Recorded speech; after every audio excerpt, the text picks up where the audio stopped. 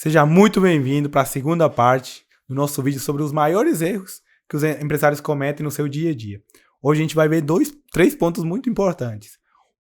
Como você pode economizar milhões de reais dentro da sua empresa com alguns pequenos ajustes dentro da área tributária. Outro ponto, vamos te mostrar como, às vezes, o teu contador é o teu maior inimigo dentro da tua empresa. E, além disso, a gente vai te mostrar como você consegue manter o seu fluxo de caixa ajustado e, principalmente, entender aquilo. Como ter um fluxo de caixa saudável, certo? Então, bora para encontrar-nos com o nosso especialista, quem vai dar mais uma aula aqui para a gente sobre tudo isso, conhecer um pouco da experiência dele, os erros que ele já viu, enfim, pelas empresas que ele passou e tudo mais. Hoje estamos aqui com o Alessio, nosso consultor empresarial. Então seja muito bem-vindo, Alessio. Queria muito dar a sua experiência para você me ajudar nesses tópicos, né? Muito bom. Principalmente, Alessio, olha, eu conheço uma empresa que já passei por lá também, que ela fez um pequeno ajuste na tributação. Não sei o que eles fizeram. Me falaram que era inteligência tributária. Nem sei o que é isso. Mas eles conseguiram trazer uma economia para a empresa na casa dos 400 milhões de reais. Então, acabou que o Estado estava devendo imposto para eles e passaram anos sem pagar imposto. Uma coisa assim, eu não entendo direito, então queria que você trouxesse esse lado, né? Porque eu tenho entendido que às vezes uma mudança numa pequena coisa pode trazer uma economia gigantesca. Às vezes o empresário está lá sofrendo aí que tá sem dinheiro, não sei o quê, mas está pagando a mais imposto e nem sabe, né? Outra vez pode pagar menos, né? Pelo que eu entendo.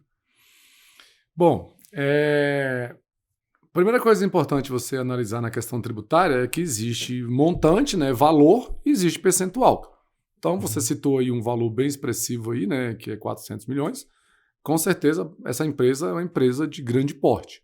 Mas o que é importante saber é que a questão tributária, ela alcança o grande, né, o big, e alcança também o pequeno, correto? Então, se eu pago 30 milhões de imposto por mês, 20 milhões, 10 milhões, e eu faço uma organização tributária, eu vou ter um ganho também milionário.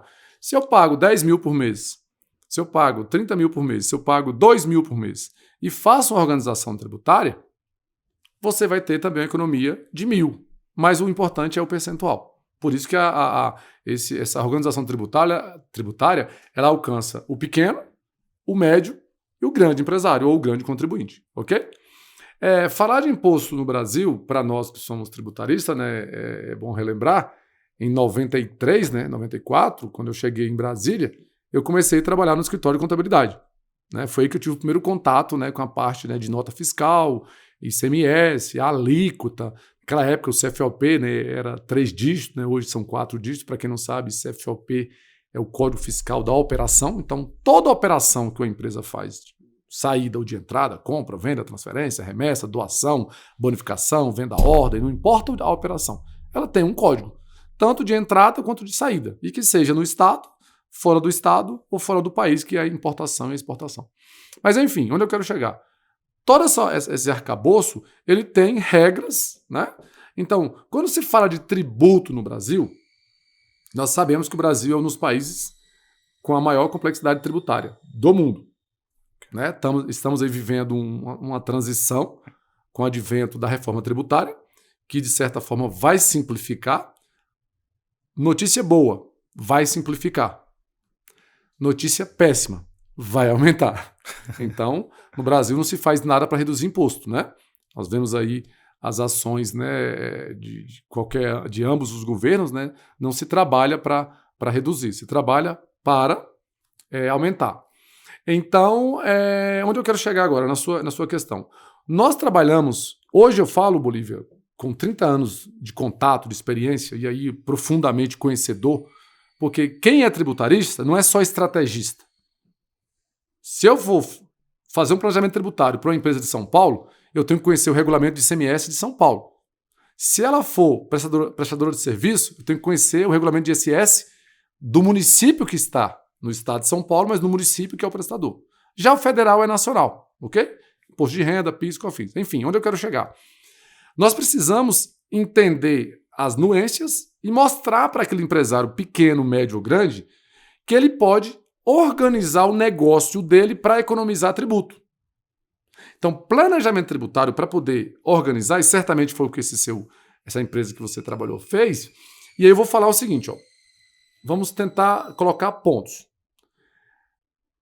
Se você conhece a norma, no meu caso, nós conhecemos a norma. Depois você tem que olhar a estrutura da empresa. Se você olhar para a estrutura da empresa e organizar ela, por exemplo, o que é a estrutura da empresa? Eu posso abrir, eu tenho um benefício de ICMS no Goiás, e eu tenho muitos clientes no Goiás. Aí eu te pergunto, qual é melhor, eu ter um centro de distribuição no Goiás ou em Brasília? Isso é planejamento tributário. Ok?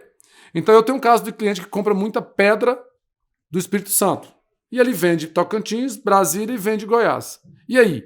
É melhor ele ter uma empresa no Goiás, só uma no DF ou só uma no Tocantins? Ou é melhor ele ter uma em cada do estado? Então, organizar a operação de onde vai comprar, para onde vai produzir, onde deixa a indústria. Eu tenho um outro cliente que ele terceirizou a indústria dele em São Paulo, o centro de distribuição é em Goiânia e ele vende pela web para o Brasil todo. Então, ó, como que você divide a organização tributária para chegar nesse ganho? Primeiro, entende a norma, que tem que estudar a norma, tem que conhecer o regulamento. Segundo, você olha para a operação, eu falo que é a logística, né? Você olha para a operação e você encaixa essa operação de forma a você ter ela mais adaptada ao menor regime tributário, ok? E terceiro, a terceira parte é exatamente você pegar essas duas informações e trazer também para dentro de benefícios. Então, por exemplo, no DF nós temos o PRODF. No DF nós temos o benefício do atacadista. Perfeito? Tem, por exemplo, o ICMS do rural, pró-rural. Então, para cada atividade, daí não importa o tamanho da empresa, a gente tem que buscar, de acordo com o conhecimento da norma, um benefício que se encaixe naquela empresa. Tá entendendo? Então, você tem benefícios, você tem a norma, você tem a estrutura logística da empresa, que é onde vai estar o depósito, onde vai estar a fábrica, onde vai estar o cliente, o fornecedor, a transferência, olhar para essas operações. E ainda você tem mais um fator que provavelmente também eles devem ter feito isso, que é a questão de você buscar ferramentas hoje jurídicas que estão sendo muito usadas, que é o caso de precatórios. Você pode, por exemplo, comprar um bom precatório e aí muito cuidado, porque precatório eu falo, né, que é uma coisa muito complicada no país. O que é um precatório?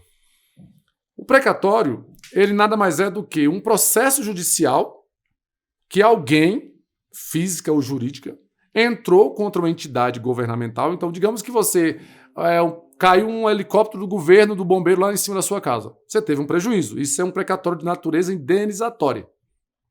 Okay. Mas você também pode ser um funcionário do SERPRO, um funcionário do governo, da Câmara, do Senado, e você trabalhou lá 30 anos, 20 anos e não recebeu uma parcela do benefício seu. E aí você procura um advogado, a gente faz essas causas lá, nosso escritório também trabalha com essas causas, eu faço perícia dessas causas. Então você ganha lá, um exemplo, R$400 mil porque você deixou de receber R$2.000 por mês durante 5 anos. Entendi. Isso é precatório de natureza, isso é direito creditório, né? De natureza alimentar. Então tem 2 tipos de precatório. Primeiro que você entende, o precatório é a forma de pagar, é o cheque. Antes do precatório do cheque tem a dívida. A dívida é o quê? Eu entro contra o governo com processo judicial, e aí o advogado faz isso, pedindo um direito indenizatório, se você teve algum prejuízo patrimonial, ou pedindo um ressarcimento de um valor que você deixou de receber, um vale transporte, um auxílio de alimentação, alguma coisa que você, como empregado do governo, você deixou de receber. Ok? Temos o caso agora, por exemplo, aí do CIPRO-DF, né? Que os professores estão brigando para receber a terceira parcela. Nós estamos, inclusive, né, atuando aí muito. Teve uma desembargadora julgou aí, suspendeu, mas vai voltar certamente. Nós estamos com essa tese aí do professor. O professor deixou de receber a terceira parcela do aumento que o governo anterior deu. E o governo atual vai ser obrigado a dar. E isso é um precatório. Entendi. Esse precatório, o empregado pode esperar o tempo para receber em dinheiro, mas ele pode nos vender, eu vou lá e compro esse precatório. Aí fala, Bolívia, você está devendo 200 mil de imposto. Vamos pagar aqui 40 mil 80 mil, um valor bem abaixo nesse precatório, desse professor, só que ele quer receber à vista. Aí você vai lá e desembolsa 40, 50, 80 mil, paga o precatório, eu pego esse processo, habilito o nosso escritório jurídico como responsável pelo processo, na questão processual, que é um processo jurídico, e eu vou lá na Receita Federal ou no órgão que for, no estadual, no caso do Cipro, que é estadual, então tem que ser com ICMS ou ISS. Detalhe, Bolívia, se o litígio jurídico foi contra a prefeitura, eu só posso compensar esse precatório naquela prefeitura. Você não pode pegar um precatório da prefeitura de Goiânia e querer compensar lá em Aparecida de Goiânia. Você não pode pegar um precatório do DF e querer compensar com o ICMS de São Paulo.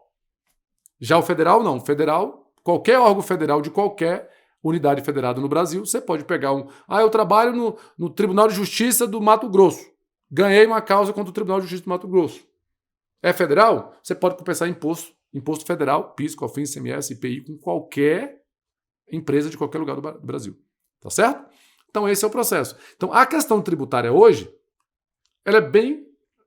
Primeiro, nós temos um sistema tributário, que é a norma, um dos mais complexos no Brasil. Ok? Então, quando você olha para essa norma complexa, imagina, ICMS, ISS, IPI, importação, PIS, COFINS, ICMS, substituição tributária, pauta, é complexo. Ok? Aí você tem esses regimes para o ICMS, para o PIS, COFINS, enfim, lucro real, lucro presumido, regime simplificado, é muito complexo. Pega toda essa norma, olha para a operação e fala, opa, o melhor desenho é esse.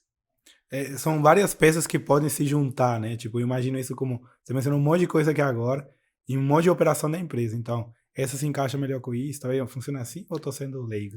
Não, na verdade você não falou tecnicamente, mas você falou exatamente como funciona. O que eu tenho que olhar é, um exemplo, se eu tenho, por exemplo, uma pauta de ICMS esse copo aqui, a pauta dele é R$14 lá no estado do Tocantins. Ok? Olha só um exemplo. É R$14 a pauta. Pautado não importa por quanto eu venda. Eu vou pagar ICMS sobre 14. Então eu vendo para você por R$8, vou pagar ICMS sobre 14. Porque ele está pautado por 14. Um exemplo. Ok? Mas digamos que se eu transferir de Goiânia para o Tocantins, entre filiais, que é a norma que foi prevista agora, foi mudada inclusive, eu não vou tributar ICMS porque está suspenso.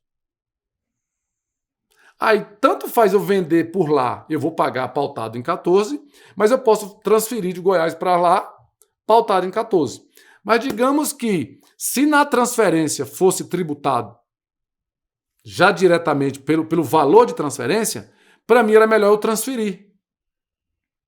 Então, isso são operações que você, por exemplo, é melhor eu transferir por 8 e pagar o ICMS sobre 8, e quando eu vender eu não tenho mais ST, porque eu já paguei na transferência, e quando eu vender por 8, já paguei o imposto sobre 8.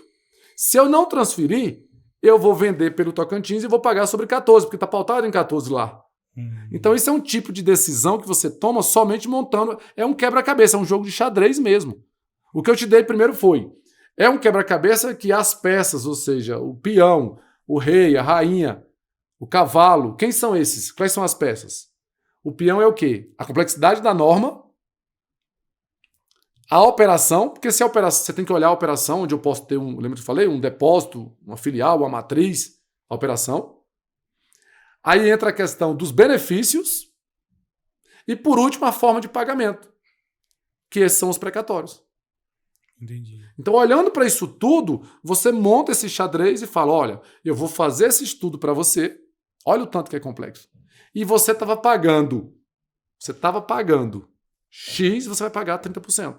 Eu, por exemplo, trabalho como desafio meu. E aí eu também, como consultor de empresas, eu falo esse ponto. Todos os meus planejamentos tributários, Bolívia, que eu faço hoje, e aí eu convido, sem nenhum custo, quem for nos assistir, está convidado aí no nosso escritório, sentar com a gente, sem custo, para a gente conhecer o seu projeto, o seu trabalho, a sua empresa. O meu desafio é trazer todo o negócio a 7% ou a 6% de carga final tributária. Caraca. Entendeu? Então, quando você me traz o seu negócio, eu vou fazer o quê? Eu vou olhar a norma, vou olhar o teu negócio, ok? Vou olhar a tua logística, vou olhar os benefícios de onde você atua, vou organizar essa máquina e vou trazer você para uma carga final de 7%. Esse é o meu desafio. Eu sempre faço isso. E eu consigo, tenho conseguido. Como? Exatamente fazendo essa montagem do quebra-cabeça. E aí eu vou e falo como consultor, saio da cadeira de consultor tributário, estrategista tributário, e vou para a cadeira de consultor empresarial, e aí eu falo o seguinte: se você não ganha dinheiro, vou falar para você, Bolívia, se você não ganha dinheiro, e falo para você, amigo empresário que vai nos assistir aqui, se você não ganha dinheiro pagando 7% de carga final tributária, seu problema não é tributário.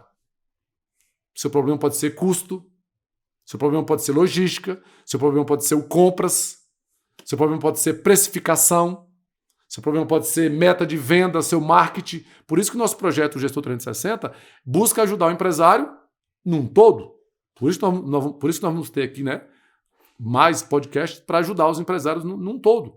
Concorda? 7% de carga tributária que eu te coloco, se você não ganha dinheiro, eu já te digo, o seu problema é tributário.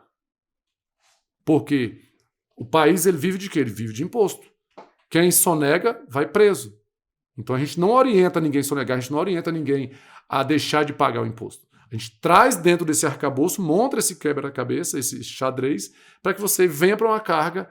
Se você vende 1 milhão, você vai pagar 7 mil. 1 milhão, perdão, 70 mil de imposto. Ok? Se você está faturando 1 milhão sonho isso aí, cara. E não consegue, mas quando eu falo 70, de todos os impostos, né? Isso é o caso. Caraca. Entendeu?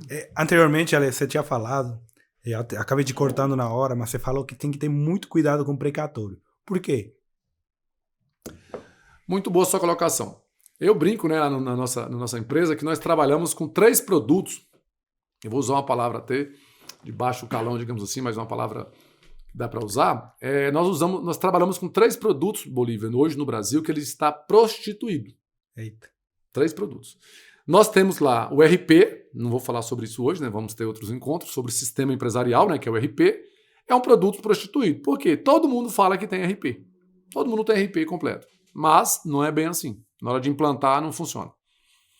Nós temos outro produto que é a consultoria empresarial. Eu sou consultor empresarial. E o que mais tem no mercado hoje são os consultores empresariais e os coachings.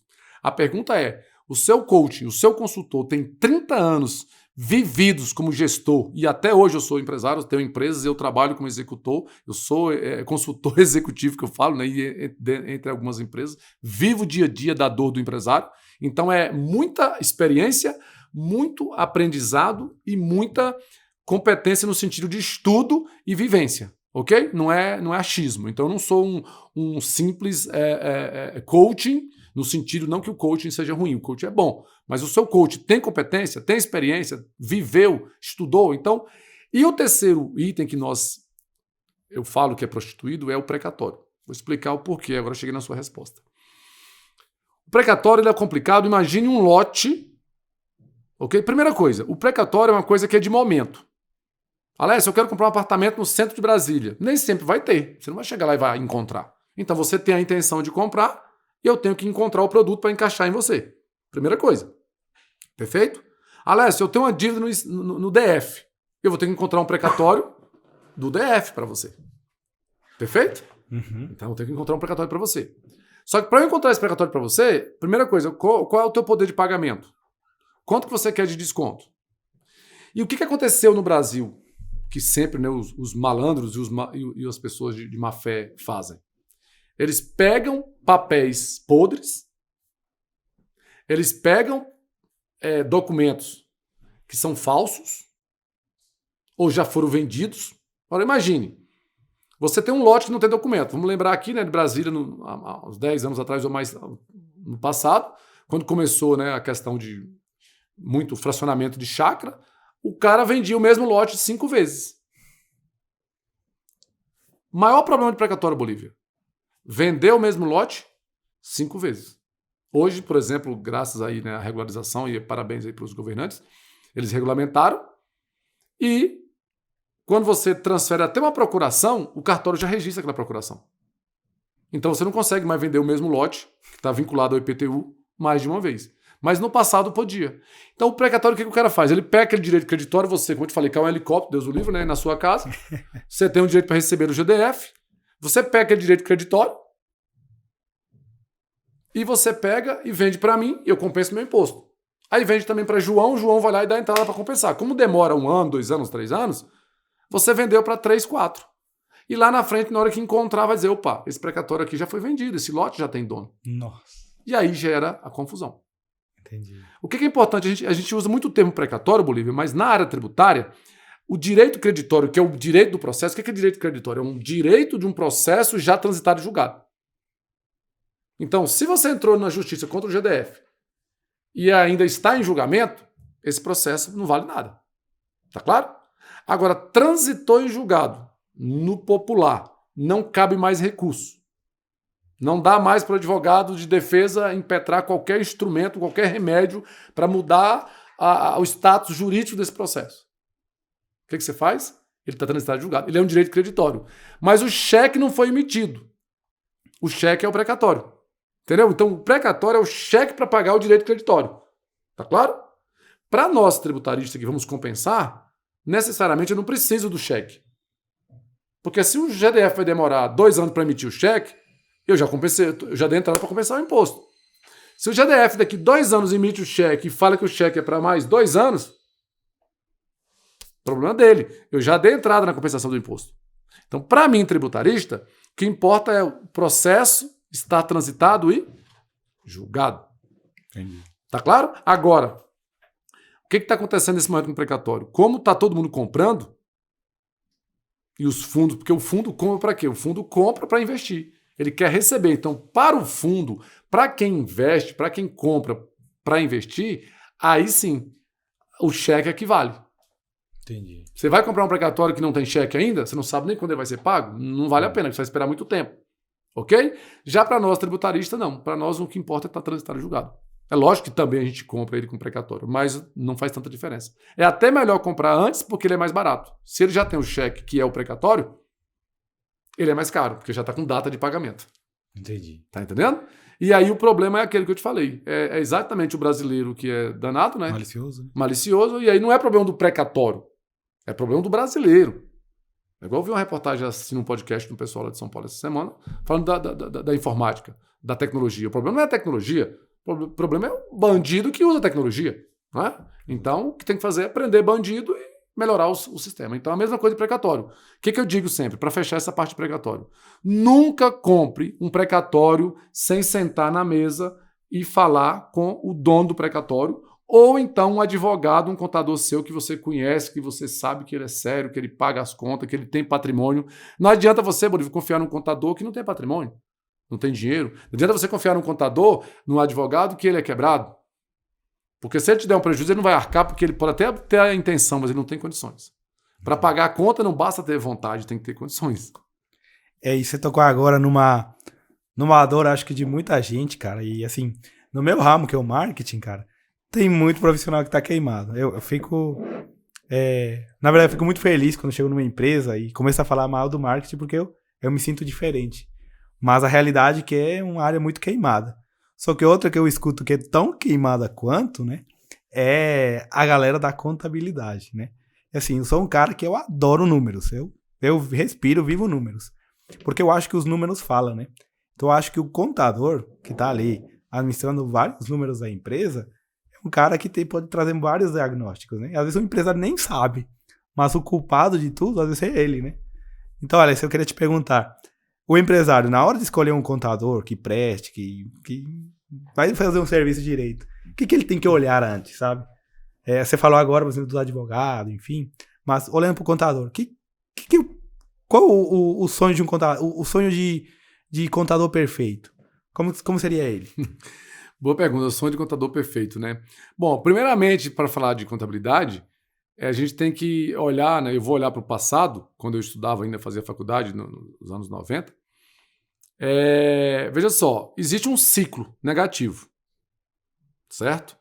Eu pago mal para o contador e o contador me devolve um serviço péssimo, ok? Então a gente tem que primeiro filtrar, porque às vezes o empresário ele gasta um pouco mais com outras coisas, com carro, com coisas pessoais, tira dinheiro da empresa e paga uma mixaria para o contador. Não tem como um contador fazer um serviço que presta. Se ele não cobra um valor que presta, ele também não presta um serviço que tem qualidade. Perfeito? Então, primeiro ponto. Agora, o que a gente vê no mercado? Muitas pessoas, muitos profissionais apenas formaram em contabilidade, ok? E daí eu vou falar porque eu vivi 10 anos dentro do mundo acadêmico, dando aula, fui professor de faculdade durante 10 anos, e eu via o perfil dos alunos. Entendeu? Então o que acontece? O cara faz contabilidade, mas no dia que falta um professor, ao invés dele estudar um plano de conta, estudar um IFRS, se você perguntar hoje para os contadores o que é um IFRS, né? Que é International Financial Reports, que é a contabilidade internacional, ele não sabe. Então o que acontece? Essa galera, eu vivi esses 10 anos dentro da faculdade e eu tentava captar pessoas ali de dentro. Pasme.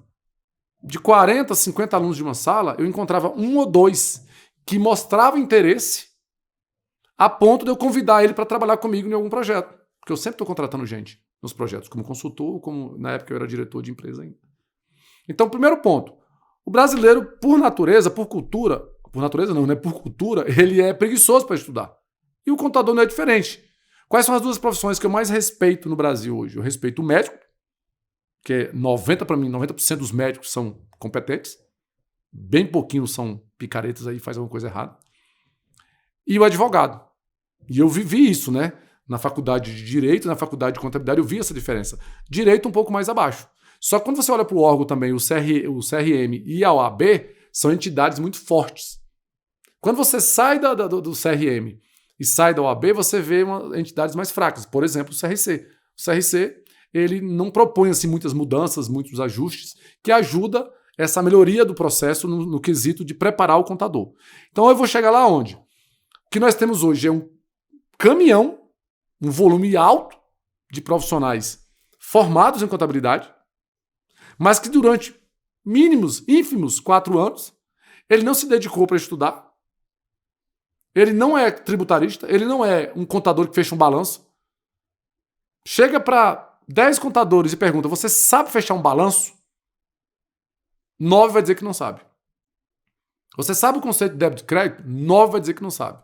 E aí vamos para a maior dor, porque o médio pequeno empresário ele não sofre com um contador que não sabe fechar balanço, porque ele nem usa balanço, só para o banco, quando pede, ele monta e manda para o banco. Ele prepara com as informações que ele tem e o banco vai dar o crédito lá para isso. Ou então quando ele trabalha com licitação. A maior dor do empresário é que estes contadores despreparados, que cobram valores bem pequenininhos, porque também o empresário não quer pagar às vezes, e o contador também faz o serviço, ele baixa esse valor, ele não entende da maior dor do empresário, uma das maiores, que é o tributo. E aí sabe o que ele faz? Ele todo mês pega o telefone, liga para você e fala, quanto que você emitiu de nota? Ou quanto que você faturou? Você fala, 80 mil. Ele vai lá no PGDAS, que é a página do PGDAS, DAS é documento de arrecadação do Simples. Aí ele digita 80 mil, e pega a guia do Simples e te entrega. Nossa Senhora. E às vezes o cara está faturando 150 mil, pagando 18% de Simples e acha que está no Simples. Enquanto eu consigo colocar você, empresa pequena, até a 4%. Eu falei de 7% para empresa grande, 4% para empresa pequena, 5% para empresa pequena. Então você deixa de pagar 4%, está pagando 16%, porque o cara só pega a guia. Ele não faz uma análise. Outra coisa, os contadores hoje no mercado, eles não conhecem lucro real. Eles não sabem apurar lucro real. Como ele não sabe apurar lucro real, o que ele faz com o cliente dele para segurar o cliente? Ao invés de ele falar assim, olha, você cresceu, vou te indicar aqui o Alessio, que é tributarista, que vai te fazer um planejamento tributário para você, e você vai fazer lucro real ou lucro presumido, ou vai montar toda aquela estrutura que eu falei no bate-papo anterior, para você vir para 4% ou para 7%. Ele não faz isso. O que ele faz? Ele deixa o cara no Simples até 20%. Caraca. Eu encontrei um cliente pagando 20% de ICMS no Simples. Como que ele sobrevive? Aí vai vontade de matar o contador, né? Então, esse cenário de contadores, infelizmente, despreparados, que não conhecem a lei. Pergunta para vários, qual é a lei do Simples? Você já leu quantas vezes a lei 123 do Simples? O cara nunca leu. Quantas vezes você já leu o decreto 3.000 do imposto de renda? Ele nunca leu. Quantas vezes você já leu o decreto do ICMS 18955 do DF? Ele nunca leu. Se ele nunca estudou as normas, Ele é um tirador de guia. Ele faz uma guia e manda a guia para o seu cliente. E o cliente está ali desesperado pagando uma carga tributária alta e ele não sabe. Nossa Senhora. Então, esse é o cenário hoje. O contador recebe um valor, né? R$500, R$300. Nós trabalhamos com valores também pequenos, porque eu gosto de ajudar, eu estou aqui para ajudar o pequeno empresário. Mas eu tenho que ajudar ele de uma forma que ele cresça e amanhã ele possa me pagar um pouco melhor e ele possa ganhar dinheiro também. Mas tem que ter também uma maturidade nesse sentido. Então, existe, de novo, o empresário que não valoriza, paga muito mal, mas existe também o contador que não sabe porque ele está fazendo. Ele é um tirador de guia e manda para o cliente. E aí você vai ver gente de todo jeito, numa tributação errada, pagando imposto indevido, pagando a mais, com nome já na procuradoria lá, na dívida ativa, endividado, porque o contador está fazendo errado. Isso é um cenário, infelizmente, muito ruim. Isso, né? Cara, você falou uma coisa assim que eu sempre falo no trabalho, que eu falo que as pessoas não pensam. E o que você falou agora são de pessoas que não pensam. E as pessoas que pensam, né, é aquelas que a gente tem que preservar dentro da equipe e tudo mais. Porque, pelo que você falou, é um trabalho extremamente operacional e simplificado. Então, eu te agradeço hoje pelo episódio. Realmente foi uma aula que você deu, mais uma aula. Tanto em relação ao tributário, que é uma coisa que a gente tem que olhar. Contador, então, cara, se você pode pagar 7%, por que você está aí pagando 20%, né? Olha o dinheiro que podia estar no seu bolso, mas você está entregando aí para o Estado, ou enfim. No caso de empresas pequenas, chega até 4%, né? Olha só. Tipo assim, absurdo. Mas você que está aí, a gente tem para falar ainda sobre o fluxo de caixa, IRP, como uma ferramenta poderosa de gestão que assim, pelo que o Alessio já me falou, eu confio ela muito com o CRM e tudo mais, que a gente vai ver no próximo episódio. Além disso, graças a essa ferramenta, a ferramenta e o fluxo de caixa, a gente vai conseguir chegar aonde? A poder entender de forma clara uma DRE e poder entender por fim de contas, né? Quanto que é de fato o lucro. Que é uma coisa que muito empresário tem por aí. O empresário, ele vende, ele fatura, compra, vende, mas não sabe quanto dinheiro tá ficando no bolso de fato. Então eu te espero no próximo episódio. Só clicar nesse link que vai aparecer aqui na tua tela para te encontrar no próximo episódio.